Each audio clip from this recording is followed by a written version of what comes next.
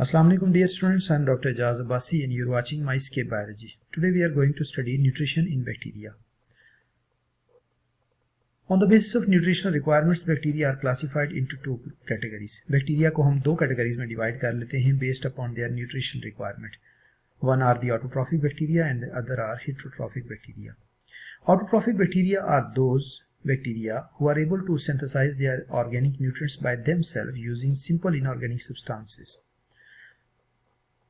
Autotrophic bacteria वो bacteria हैं जो इनऑर्गेनिक सब्सटेंसेस को यूटिलाइज करते हुए अपने ऑर्गेनिक न्यूट्रिएंट्स खुद सिंथेसाइज कर लेते हैं, उनको हम कहते हैं autotrophic bacteria. The word auto mean self, चूंकि ये वो अपनी फूड खुद प्रिपेयर कर लेते हैं, that's why they are called autotrophic bacteria. Troph के मीनिंग होते हैं food. Heterotrophic bacteria are those bacteria who are unable to synthesise their organic nutrients by themselves and obtain these nutrients from other sources are called as heterotrophic bacteria. वो bacteria जो अपनी food खुद prepare नहीं कर सकते, organic food खुद नहीं बना सकते, वो मुख्तलिफ सोर्सेज से अपनी फूड लेते हैं। उनमें से कुछ ऐसे हैं जो दूसरे ऑर्गेनिजम्स में डिजीजेस कॉज करते हैं और उनसे अपने न्यूट्रिएंट्स जो है वो डिराइव कर लेते हैं, जबकि कुछ ऐसे हैं जो डेड ऑर्गेनिजम्स या डिकम्पोज्ड ऑर्गेनिक मैटर से अपने न्यूट्रिएंट्स जो है वो जनरेट कर लेते हैं या टेक अप कर लेते हैं, तो उनको हम हेटरोट्रॉफिक बैक्टीरिया कहते हैं। The word hetero means different and troph means food. So पहले हम बात करेंगे ऑटोट्रॉफिक बैक्टीरिया और उनकी डिफरेंट टाइप्स के हवाले से। Autotrophic bacteria are divided into photoautotrophs and chemoautotrophs. हम इन्हें दो कैटेगरीज में डिवाइड कर लेते हैं। फोटोऑटोट्रॉफ्स जो लाइट को इस्तेमाल करते हैं और अपने ऑर्गेनिक न्यूट्रिएंट्स जो वो सिंथेसाइज करते हैं, light is use as energy source, तो उनको हम फोटोऑटोट्रॉफ्स कहते हैं। जबकि कीमोऑटोट्रॉफ्स वो बैक्टीरिया हैं जो डिफरेंट केमिकल्स को ऑक्सीडाइज करते हैं और उस प्रोसेस के दौरान जो एनर्जी रिलीज होती है उस एनर्जी को यूज करके अपने ऑर्गेनिक न्यूट्रिएंट्स सिंथेसाइज करते हैं। दे are called कीमोऑटोट्रॉफ्स।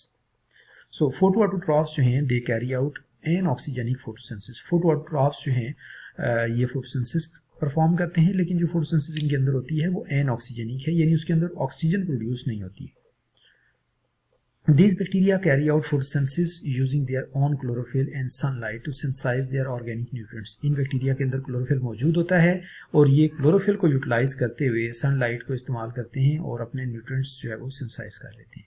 Their chlorophyll resembles plants chlorophyll and it is called bacteriochlorophyll. Bacteria के अंदर मौजूद जो क्लोरोफिल है ये प्लांट से जो है वो रिजेंबल तो करता है, लेकिन किसी हद तक जो है वो डिफरेंट भी है। That's why it is called bacteriochlorophyll.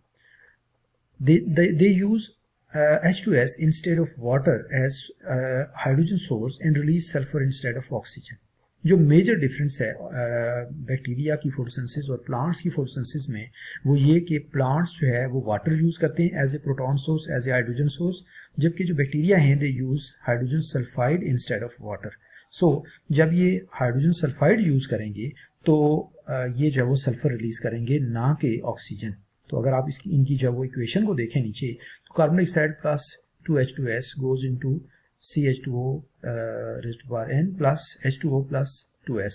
सो ये जो है वो यहाँ पे कार्बन डाइऑक्साइड के साथ वाटर की जगह हाइड्रोजन सल्फाइड यूज करते हैं, और जब अगर वाटर होता है यहाँ पे तो यहाँ पे ऑक्सीजन होती है H2O, तो फिर ये ऑक्सीजन रिलीज करते हैं, लेकिन चूंकि इसमें जो है वो हाइड्रोजन सल्फाइड यूज होती है तो इसलिए यहाँ पे सल्फर है, तो ये सल्फर यहाँ पे जो है वो एंड पे as a by product release होगा। सो इनके अंदर ऑक्सीजन रिलीज नहीं होती, दैट्स वाई इस फोटोसिंथेसिस को हम एन ऑक्सीजेनिक फोटोसिंथेसिस कहते हैं।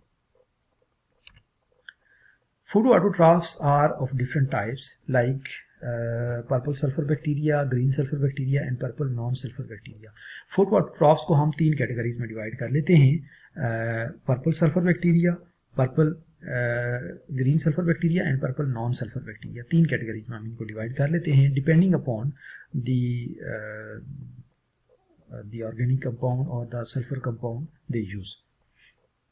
Pulpar sulfur bacteria are those who use sulfur compound as a source of electron and proton. इन बैक्टीरिया के अंदर जो पर्पल सल्फर बैक्टीरिया, इनमें सल्फर कंपाउंड्स यूज होते हैं as a source of electrons and protons. For example Chromatium ऑर्गेनाई है इनकी कॉमन एग्जांपल, और इसमें अगर आप इक्वेशन देखें तो इसमें जो है वो कार्बन डाइऑक्साइड के साथ वाटर और जो है वो सोडियम थायोसल्फेट Na2S2O3 यूज होता है, और उसके रिजल्ट में ये जो है वो अपने ऑर्गेनिक कंपाउंड्स कार्बोहाइड्रेट सिंथेसाइज करते हैं और उसके साथ साथ जो है वो अमोनियम सल्फाइड जो है वो रिलीज होता है और साथ ये जो है वो अपनी जो एनर्जी है वो टेकअप कर लेते हैं।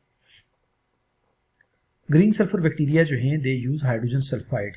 पर्पल सल्फर में सल्फर कंपाउंड यूज होते हैं, जबकि ग्रीन सल्फर बैक्टीरिया में हाइड्रोजन सल्फाइड यूज होती है as a source of electron and protons.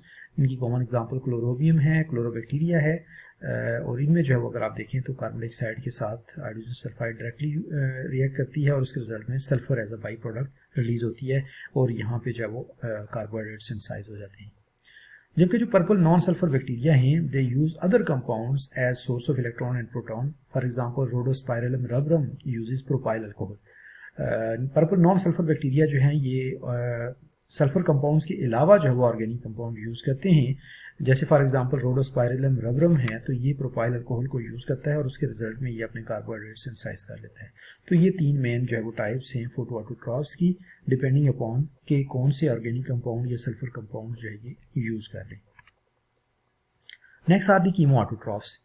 कीमोऑटोट्रॉफ्स derive their energy from oxidation of inorganic compound during respiration। कीमोऑटोट्रॉफ्स जो है ये इनऑर्गेनिक कंपाउंड्स को जो है वो ऑक्सीडाइज करते हैं और उनकी ऑक्सीडेशन के दौरान जो एनर्जी रिलीज होती है उसको यूटिलाइज करते हैं अपने कार्बोहाइड्रेट सिंथेसाइज करने के लिए।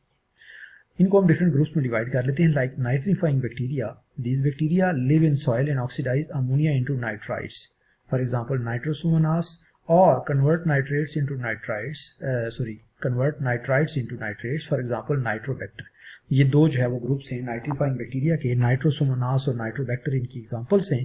पहला ग्रुप जो है ये अमोनिया को नाइट्राइट में कन्वर्ट करता है और दूसरा ग्रुप जो है नाइट्रोबैक्टर ये नाइट्राइट्स को नाइट्रेट में कन्वर्ट करते हैं। The energy release during this process is used by this bacteria in their metabolism.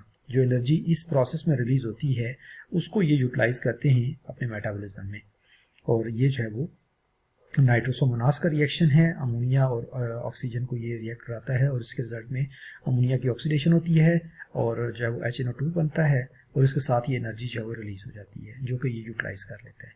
जबकि नाइट्रोबैक्टर जो है ये HNO2 को HNO3 में कन्वर्ट करता है और इसके साथ जो एनर्जी रिलीज होती है इस ऑक्सीडेशन के प्रोसेस में उसको ये यूटिलाइज कर लेता है। So these are the nitrifying bacteria. Next are the iron bacteria. These bacteria are present in iron-rich soils and oxidize ferrous compound into ferric compounds to obtain energy. For example, Cladothrix, Ferrobacillus and Leptothrix.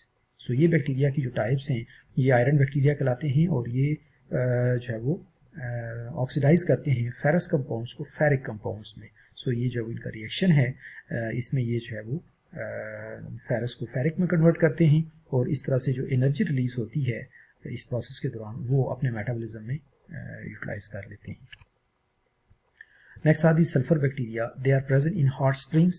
ये जो है वो high temperature के ऊपर hot springs में मौजूद होते हैं and they oxidise metallic sulphide to sulphur to obtain energy. ये जो मेटालिक सल्फाइड को सल्फर में कन्वर्ट करते हैं और एनर्जी जो रिलीज होती है उसको यूटिलाइज कर लेते हैं। For example Thiothrix and Beggiatoa. So ये जो है इनकी एग्जांपल्स हैं। Next are the methane bacteria. These bacteria oxidize methane to carbon dioxide.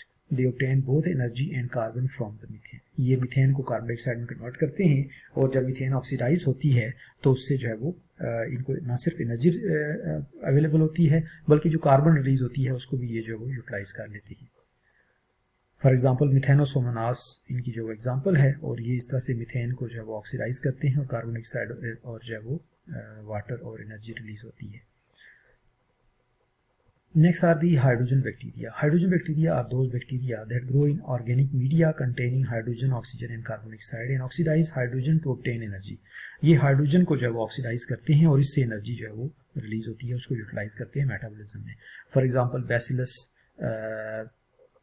पेंट्रोट्रोफस जो उनकी एग्जांपल है और ये जो है इनका रिएक्शन है जिसमें ये हाइड्रोजन को ऑक्सीडाइज करते हैं और उसके रिजल्ट में जो एनर्जी रिलीज होती है तो ये एनर्जी जो है वो यूटिलाइज करते हैं। 137 किलो कैलोरीज या 118 किलो कैलोरीज जो है वो लार्ज अमाउंट ऑफ एनर्जी है जो ये यूटिलाइज करते हैं।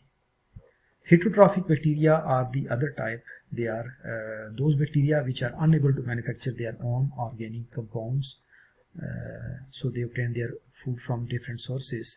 ये बेसिकली जो है वो अपनी फूड खुद प्रिपेयर नहीं कर सकते और ये जो है वो मुख्तलिफ सोर्सेज से लेते हैं। इनको हम दो मेजर कैटेगरीज में डिवाइड कर लेते हैं। या तो ये सेप्रोट्रॉफिक होते हैं, डेड ऑर्गेनिज्म से अपनी फूड लेते हैं, या फिर ये पैरासिटिक होते हैं। जबकि कुछ बैक्टीरिया ऐसे भी हैं जो सिम्बायोटिक वे से जो है वो अपने न्यूट्रिएंट्स भी डिराइव कर लेते हैं। सो वन बाय वन हम इनको डिस्कस करते हैं। Saprotrophic bacteria are those bacteria which obtain their food from dead and decaying organic matter. They release their enzymes into the surroundings which digest organic matter, and the simple substances released are absorbed by them. They are called as decomposers. So saprotrophic bacteria वो bacteria हैं जिनके पास जो है वो extra cellular digestion perform करने के लिए enzymes मौजूद हैं। ये क्या करते हैं, ये ऐसी सॉइल्स के अंदर मौजूद होते हैं जहाँ ऑर्गेनिक मैटर ज़्यादा होता है, और ये जो है वो एक्स्ट्रा सेलुलर डाइजेशन परफॉर्म करने वाले एंजाइम्स को अपनी सराउंडिंग में रिलीज करते हैं, और वो जब सराउंडिंग में मौजूद जो ऑर्गेनिक मैटर होता है उसको जब ब्रेक डाउन करते हैं तो उससे ना सिर्फ जो एनर्जी रिलीज होती है वो एब्जॉर्ब कर लेते हैं, बल्कि जो सिंपल न्यूट्रिएंट्स रिलीज होते हैं उनको ये एब्जॉर्ब करके तो अपनी फूड के तौर पे यूटिलाइज कर लेते हैं। सो एक तरफ तो ये अपने जो न्यूट्रिएंट्स हैं उनकी रिक्वायरमेंट पूरी करते हैं, जबकि दूसरी तरफ अपनी सराउंडिंग में मौजूद ऑर्गेनिक मैटर को जो ब्रेक डाउन करते हैं तो उस प्रोसेस को हम कहते हैं डिकम्पोजिशन, और ये जो वो रिसाइकलिंग ऑफ न्यूट्रिएंट्स के लिए बड़ा ही इंपॉर्टेंट प्रोसेस है। सो इन बैक्टीरिया को हम डिकम्पोजर्स कहते हैं।